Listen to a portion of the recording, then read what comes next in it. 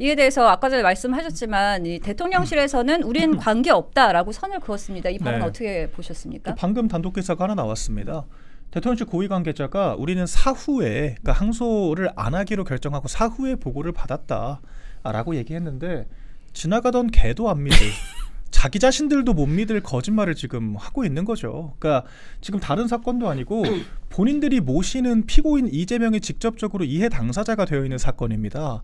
1심 판결문에만 400여 차례가 언급된 게 이재명이고요. 지금 그 재판부에서 언급한 성남시 수뇌부라고 언급을 했잖아요. 그런데 당시 성남시 의사결정권이 있는 수뇌부들 중에서 유일하게 지금 수감되지 않거나 구속되지 않은 게 이재명입니다. 그렇다라 그러면 법원에서는 이재명을 직격을 하고 있는 건데 지금 민정수석실이 자기들이 모시는 사람 관련된 재판을 돌아보지 않았다, 살펴보지 않았다라고 하는 게 그게 더 거짓말이죠.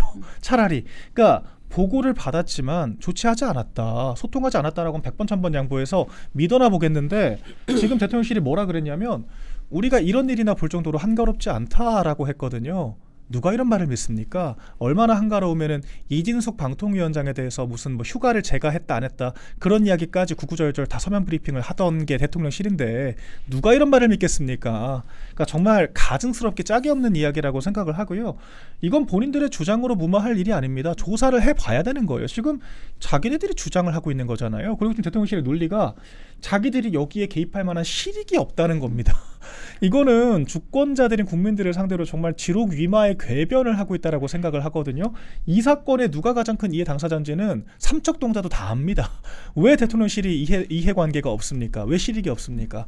그리고 이번 사건에서 아까 저희가 얘기했던 것처럼 일반 배임죄만 사실상 인정이 됐기 때문에 배임죄 폐지하면요 지금 대장동 일당들도 면소가 되는 걸 넘어서 지금 재판이 중단돼 있는 이재명 대장동 사건도 사실 면소가 된다라고 봐야 되거든요.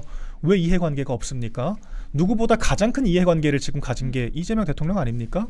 그러니까 이런 식으로 국민들을 지금 속이고 눈 가리고 아웅을 하고 있는 겁니다.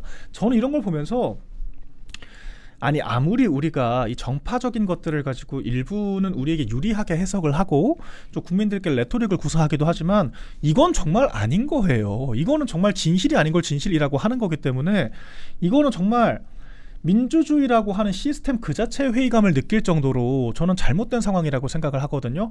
너무도 뻔뻔하게 지금 거짓말을 합니다. 이런 것들은 정말 저희가 사법적으로 단죄하기 앞서서 정치적으로 단죄를 해야 한다라고 생각을 하고요. 국민의힘이 강력하게 공세를 해야 되고 다음 총선까지 특검 주장해야 됩니다. 그래서 우리가 의석이 있어야만 이 정권의 이런 부조리한 실태, 이런 잘못된 것들, 옳지 않은 것들을 진실이라고 호도를 하는 이런 부조리한 실태들을 바로잡을 수 있다라고 하는 것을 정말 강력하게 촉구하고 어필을 해야 되지 않나 또 한 번 살펴보게 되는 것 같습니다. 제가 그 항소심 프로세스에 대해서 민주당이나 민주당 지지자들이 아니 항소할 게 없으니 항소 안 했지라고 생각을 하시는 분들이 있어서 말씀드리자면 항소장 제출은 A4 용지에 사건 번호 쓰고 항소합니다 5글자만 쓰면 돼요. 변호사들이 항소할 때도 그렇게 씁니다. 항소 이유, 이 재판이 판결문에 내가 항소를 왜 하냐에 대해서는 항소심 번호가 나오고 나서 그때부터 2주 안에 쓰면 돼요. 그러니까 한 2달 걸려요. 2달 안에 쓰면 되는 거고 일단은 항소하겠다는 의사표시만 하면 됩니다. 그래서 이 사건도 지금 일선의 수사 검사팀이 그 법원 앞에서 기다렸다는 거 아니에요. 콜사인만 오면 바로 제출하게. 그게 그냥 서류 하나에 항소합니다라고 제출만 하면 되는 거기 때문에 접수만 하면 되는 거기 때문에 굉장히 간단한 일임에도 불구하고 외압에 의해서 못했다는 말씀을 드립니다. 네, 대통령실에서 우린 전혀 관계가 없다라고 선을 그은 발언에 대해서 좀 짚어주셨는데요. 다음은 또 정성호 법무부 장관의 발언을 좀 짚어보겠습니다. 검찰의 대장동 항소 포기와 관련해서 항소를 안 해도 문제가 없다고 판단했다라면서 오늘 출근길 도어 스태핑에서 밝혀서 다시금 여론이 좀 들끓고 있는 모습인데요. 이 발언은 어떻게 보셨습니까? 아니, 결국 본인이 판단을 했다는 거 아니에요. 그렇죠. 예, 이게 프로세스라는 게 여러분들 그 초코파이 사건에서도 초코파이 1,000원짜리 훔치는 사람에 대해서 검찰이 벌금 50만 원을 약 10년을 내린 이유는 뭐냐면 그 사람이 절도범 전과가 있었어요. 그래서 못 봐줬던 거예요. 무죄가 나오면 무조건 항소를 해야 됩니다. 이거를 이 법률 행정 프로세스, 법률 행정 시스템에 대해서 법무부 장관이 내가 판단을 했다는 거 아니에요? 정치적 이유로 판단을 했다. 그 자체가 굉장히 위험한 거죠. 이런 식으로 판단이 들어가면 전국에 있는 모든 사건에 대해서 제가 만약에 변호사라면 저는 아마 그 의견서에다가 이 피고인은 민주당 당원입니다. 뭐 이런 식으로 써낼 것 같아요. 이 피고인은 지난번에 정성호 법무부 장관에게 우리가 후원금을 한 500만 원 낸 피고인입니다. 이러면 내가 보기에는 이거 항소 안 해도 될 것 같은데 이런 판단 아닙니까? 이거 굉장히 위험한 말을 그 법무부 장관이 한 것입니다. 네. 그러니까 지금 자기들도 수습이 안 되는 것 같아요. 제가 봤을 때. 왜냐하면은 중언부언 횡설수설이거든요. 지금 이미 여당과 법무부도 말이 달라요. 왜 그러냐면 김병기 원내대표는 뭐라 그랬냐면요. 이건 실패한 수사다. 그러니까 무죄가 나온 사건인데 친윤 검사들이 지금 반란을 일으키고 있는 거다라고 얘기를 했습니다. 네. 그러니까 니네들이 못해서 무죄를 받은 건데, 그러니까 무죄도 아니잖아요. 그러니까 완전 아무 말 대잔치입니다. 무죄를 받은 건데 거기 항소를 왜 하냐 이렇게 얘기를 했거든요. 근데 오늘 또 정성호 법무부 장관은 이건 성공한 수사고 성공한 재판이기 때문에, 그러니까 이미 검찰이 구형한 만큼 그 이상의 지금 형을 받았기 때문에 항소의 실익이 없다라고 이야기를 했거든요. 본인들끼리도 지금 앞뒤가 하나도 안 맞는 겁니다. 그런데 보니까 김병기 원내대표는 비법조인 출신이기 때문에 정말 개념이 없는 얘기를 하는 거고요. 그러니까 정성호 법무부 장관 같은 경우에는 본인도 법조인의 양심이 있기 때문에 이게 지금 무죄를 받았는데 검사들이 항명, 이런 개념이 아니라는 걸 너무도 잘 알고 있습니다. 이것은 유죄를 받기는 받았지만 일부 승소에 해당하기 때문에 당연히 바로잡을 부분이 있다라고 하는 거를 본인이 모르지 않았을 거예요. 그리고 성공한 재판이라고 하는데 그 논리가 너무도 궁색합니다. 그러니까 지금 유동규 본부장만 형량이 구형량보다 높게 받은 거거든요. 김만배를 비롯한 이런 이재명 그 성남시 일당, 수뇌부 일당들은 오히려 형을 더 낮게 받았습니다. 특가법이 적용이 안 됐기 때문에. 특가법이 적용돼야 최저 형량이 5년인 거거든요. 일반 배임죄를 적용했기 때문에 10년 이하가 될 수밖에 없는 겁니다. 근데 이거를 유동규 본부장이 어떤 사람입니까? 이재명에게 반기를 들면서 가장 적극적으로 수사에 협조를 했던 게 유동규 본부장이거든요. 그러면 통상적인 법의 논리대로 한다면 수사에 협조를 하고 법정에서 진솔하게 진술을 한 사람들은 감형을 시켜줘야죠. 그런데 유동규 본부장만 보복성으로 더 형량이 높게 나왔습니다. 이건 누가 봐도 정권 눈치를 본 거거든요. 입틀막을 한 겁니다. 아니 김만배같이 혐의 인정 안 하고 계속 부정하고 반성하지 않는 사람들은 오히려 감형을 해주고, 유동규 본부장처럼 솔직하게 얘기하는 사람들은 더 형량을 높게, 이런 게 무슨 이런 경우가 있습니까? 그러니까 이것부터가 굉장히 부조리한 건데 지금 설상 적반하장으로 지금 이 정권이 그거를 이용하고 있잖아요. 야 봐라, 유동규 본부장 더 높은 형량 받았지 않냐, 이게 지금 재판 잘렸다는 증거 아니냐, 이렇게 얘기를 하고 있지 않습니까? 너무도 가증스러운 거예요. 사실 너무도 가증스러운 것이고, 그러니까 이런 논리로 지금 국민들을 호도를 하고 있다라고 하는 거 정말 위험하다라고 생각을 하고요. 결과적으로 핵심은 법무부 장관이 내가 판단했다라고 하는 거를 인정했다는 겁니다. 그럼 법무부 장관이 지시를 했다라고 하는 건 이미 드러났다라고 봐야겠죠. 그리고 일선 수사팀도 법무부 차관이랑 장관이 의견 줬다라고 얘기를 한 것과도 일치를 하는 겁니다. 크로스 체크가 된 거기 때문에 정성호 장관은 지금 책임을 피해가기가 이미 어렵다고 생각을 해요. 사퇴해야 됩니다. 아니면 탄핵을 해야 되는 거죠. 그런 상황인 거고, 정성호 법무부 장관의 개인 플레이냐, 이제 여기를 살펴봐야 되는데 저는 100% 민정수석실과 대통령실 관련됐다라고 확신을 하고요. 이런 것들은 앞으로 저희 야당이 적극적인 견제를 통해서 규명해 나가야 한다라고 생각을 합니다. 네, 계속해서 민주당 입장도 좀 자세하게 짚어보도록 하겠습니다. 민주당은 이렇게 검찰 내부의 반발이 거세지자 검찰의 기소 자체를 조작으로 규정하고 국정조사를 통해 책임을 묻겠다라고 밝혔습니다. 또 대통령 사건에 대한 공소 취소를 촉구하는 동시에 야당이 이 대통령 무죄 만들기 입법이라고 주장하고 있는 이 배임죄 폐지, 법 왜곡죄 신설 등을 계속해서 추진하겠다라고 밝혔거든요. 이 부분 어떻게 보면 좋을까요? 와, 이게 진짜 법 위에 민주당이 있고 법 위에 이재명이 있는 것입니다. 중국 공산당보다 더해요. 네, 더하죠. 네. 저 그 역사적으로 봤을 때 왕보다 더해요.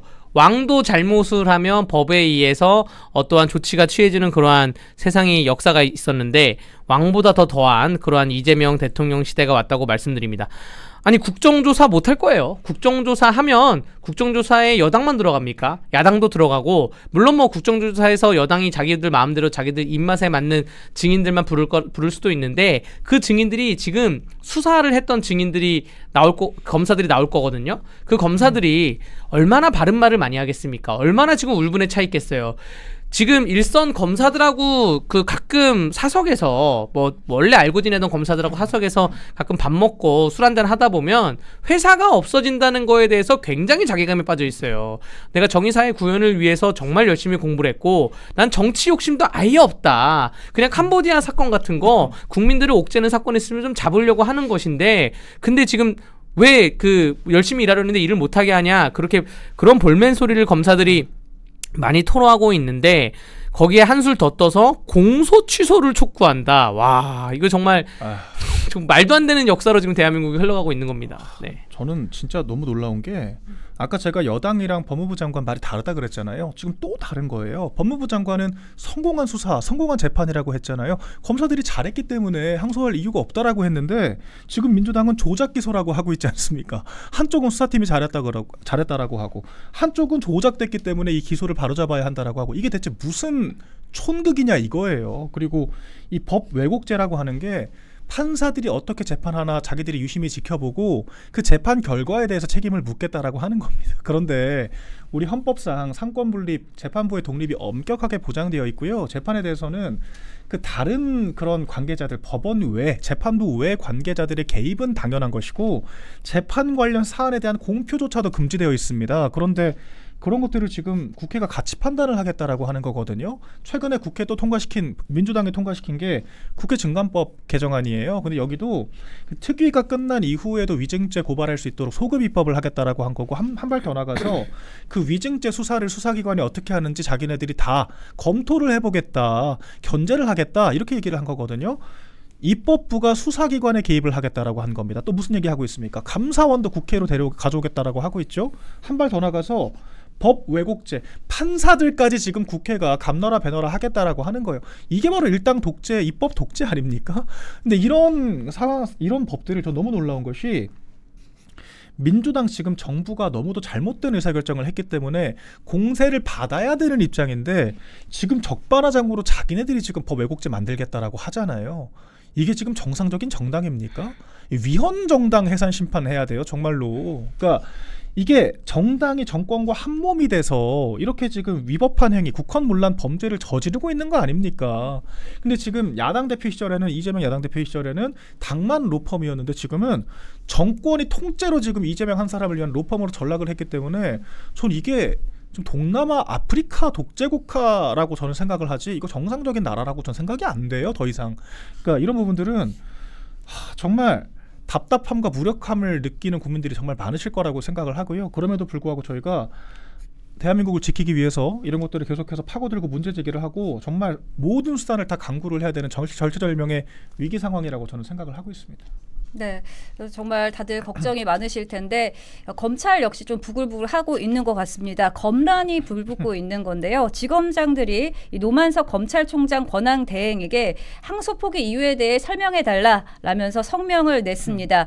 자, 내년 10월 검찰청 폐지를 앞두고 사실상 이제 마지막 검란이 벌어진 게 아니냐 이런 해석도 나오고 있거든요. 이건 네. 어떻게 보십니까? 뭐 이게 마지막이라고 생각되진 않습니다. 이 사태가 철저히 규명되어야지 뭐 마지막인 거지.